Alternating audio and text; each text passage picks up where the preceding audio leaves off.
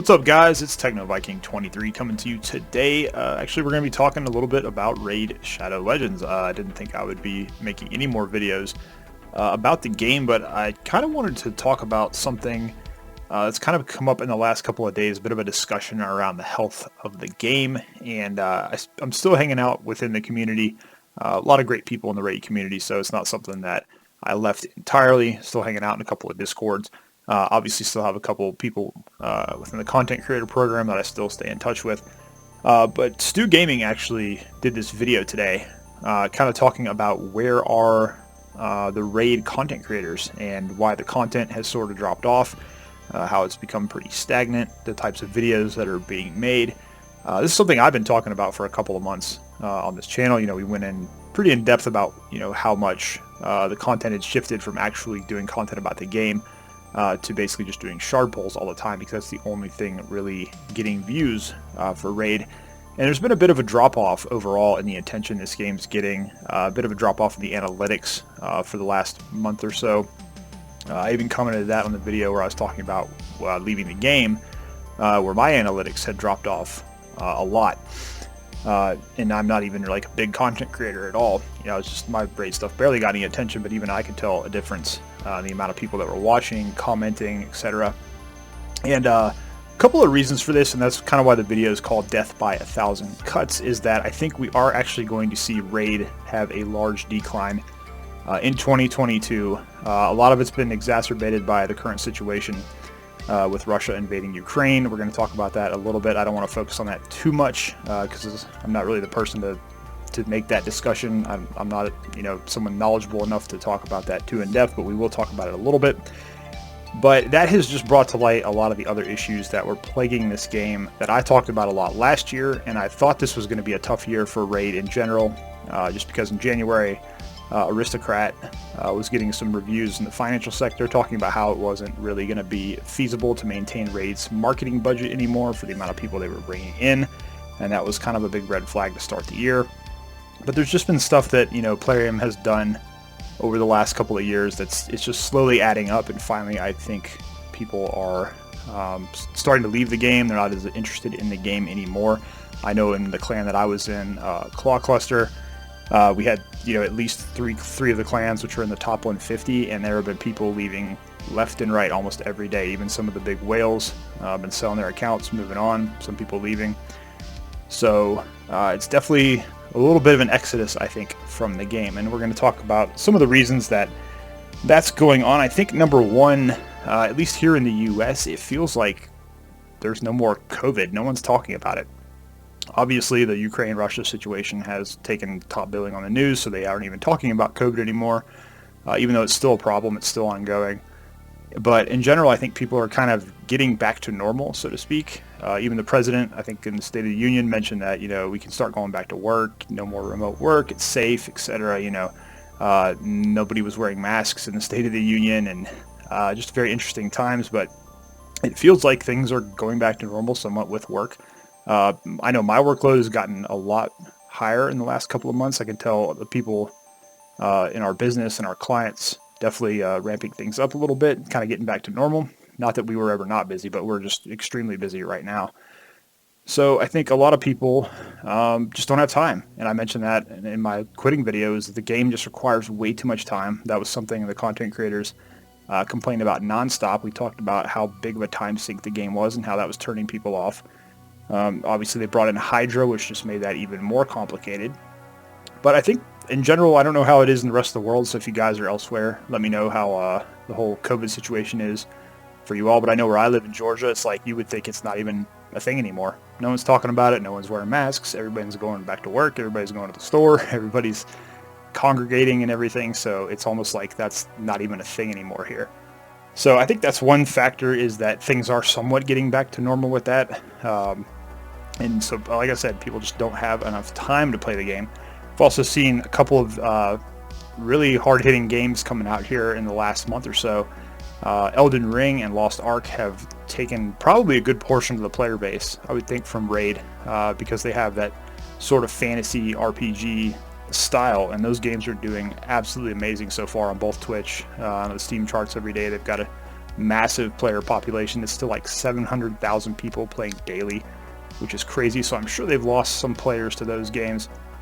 And even Awaken Chaos Era just came out recently with their full launch, and while I don't necessarily think that game is going to stick around long term, which I'm going to do another video on later, I actually do think it's probably taking a couple people away from Raid. I know a lot of people that were playing Raid are really enjoying Awaken Chaos Era, and so that's definitely a direct competitor. So just another thing that is adding on to it, just the shaky foundation that they already have.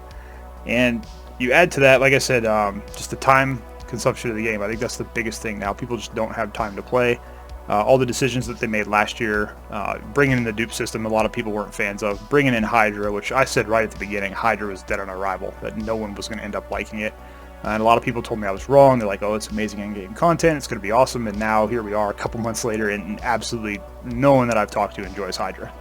Most people now are at the point where they just try to find a team that can auto normal or hard, just auto their keys and be done with it. No one wants to do the content. It's not enjoyable at all.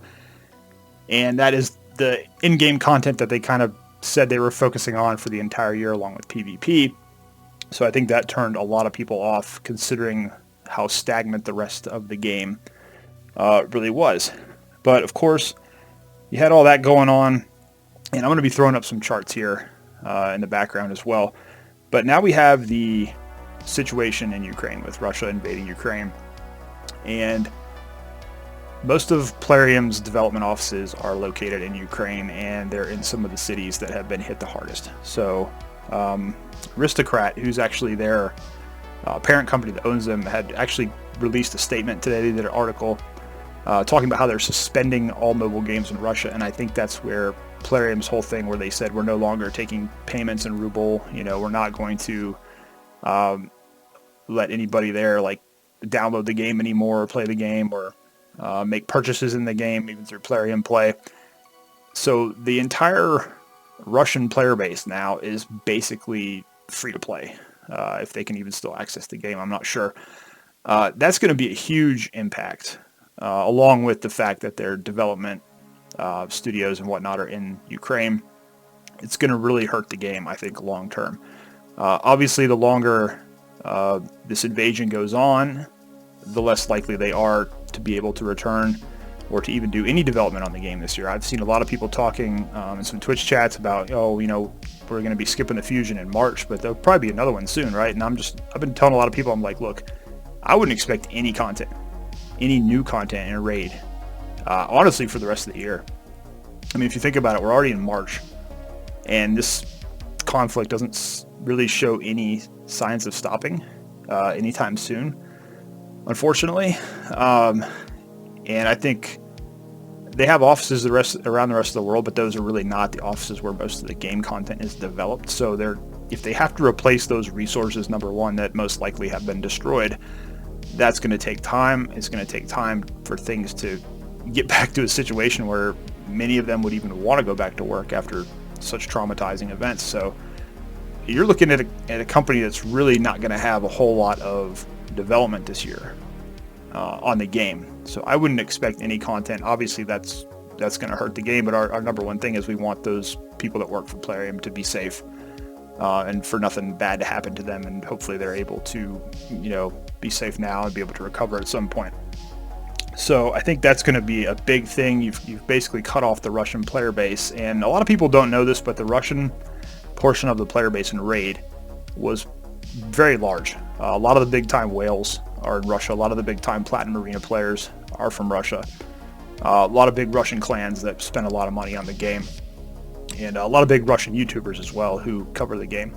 That's something I think a lot of people don't realize, is we have so many European and English-speaking American Raid content creators. I think a lot of people forget is there's a whole entire section of Raid content creators from Russia. So very large portion of the player base, and also with Visa, MasterCard, PayPal, all that no longer being accepted there, they're not able to basically pay for anything. You're going to see a pretty big hit to revenue from that. Now, Raid right now is still doing okay. I mean, they made 18 million in January alone. I think I wrote the numbers down, I looked at earlier today, across Google and Android. That's not even including Plarium Play. They had 18 million in revenue, and they had about 900,000 downloads of the game. So that would tell you the game's still doing pretty well. I haven't been able to see February's numbers, and by comparison, like Awaken Chaos Era for January across all the platforms, they did 260,000 downloads and 3 million in revenue. So that's why I was saying I don't really see Ace as a game that's gonna stick around very long, as there's just not much there for people to spend money on. And if your game's not making money, it's not something that's probably gonna last too long. But that's for another time, for another video. But yeah, so Raid in January, obviously, before any of this happened, still doing very well. We don't know how they did in February. I'm sure probably comparable numbers, since this situation didn't really start happening until a couple weeks ago. So yeah, it's gonna be interesting to see how that actually affects, cutting off that portion of the player base, how it's going to affect their revenue.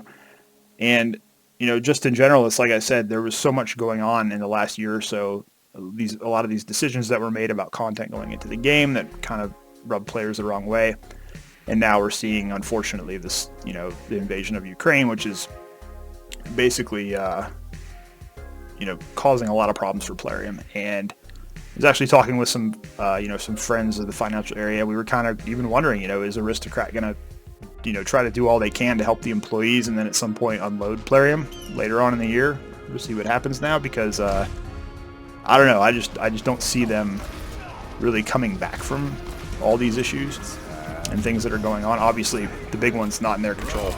And it's unfortunate, because I've said several times I'd love to see a competitor, something come out that challenges Raid, that makes them have to, do a little bit better job. But we didn't want to see something like this. This is terrible. It's absolutely horrible what's happening in Ukraine with the Russians coming in, and just, it's awful. I'm not, like I said, I don't really want to get too into it, because I got some pretty strong feelings on it that I really don't want to open up that can of worms on YouTube. So we're gonna save that for a different time.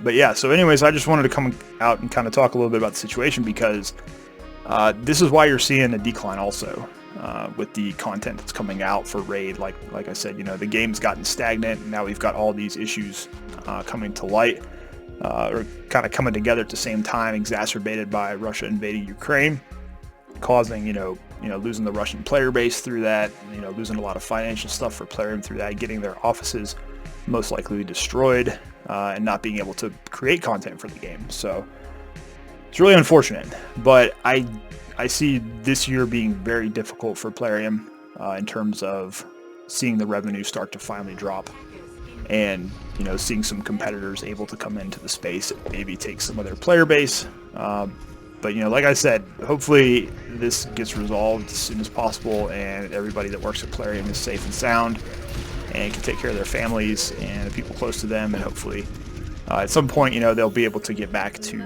some type of operation with Raid. But I honestly would not be super hopeful for the future of the game right now.